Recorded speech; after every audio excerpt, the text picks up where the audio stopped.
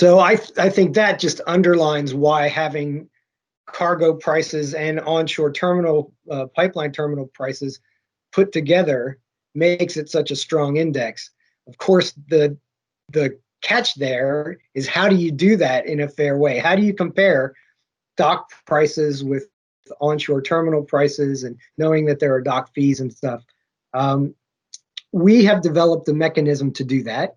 It's a table of normalization prices that basically looks at the location spreads that we've seen between various locations. But can you explain a little bit more about how that works, how your team will use those prices to adjust?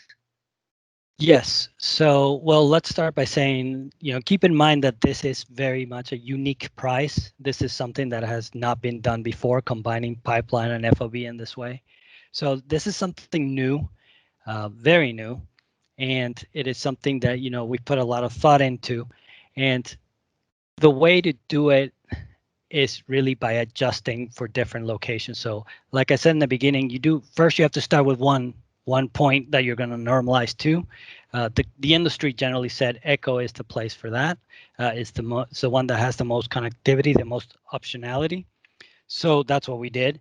And then in order to determine what the spreads between the different locations should be at any one time, what we do is we look at transactional data. So every 3 months, we're going to look back at the previous 3 months of transactions, and we're going to determine where the different locations were trading against each other.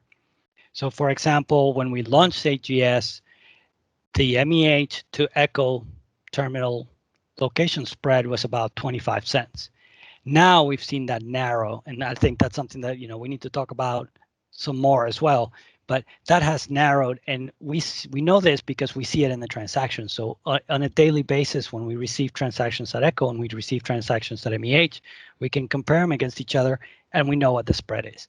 So this is how we do it. It's based on transactions. It's not to do with pipeline tariffs or, as you mentioned, dock fees or anything like that. It's really more to do with where are these locations trading in relationship to each other. Mm-hmm. The key factor there is that we have to understand that it is the same commodity that's being traded at all these different locations. And then this is where quality comes into play